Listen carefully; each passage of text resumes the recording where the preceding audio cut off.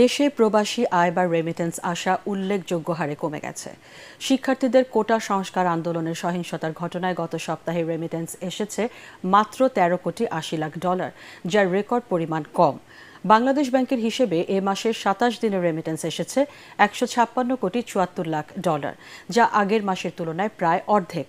19 থেকে 23 জুলাই সরকারি ছুটি ও সাধারণ ছুটির কারণে ব্যাংক বন্ধ থাকা এবং টানা 5 দিন ব্রডব্যান্ড ইন্টারনেট ও 10 দিন মোবাইল ইন্টারনেট সেবা চালু না থাকায় রেমিটেন্সের ওপর বড় ধাক্কা এসেছে বলে মনে করছে বাংলাদেশ ব্যাংক।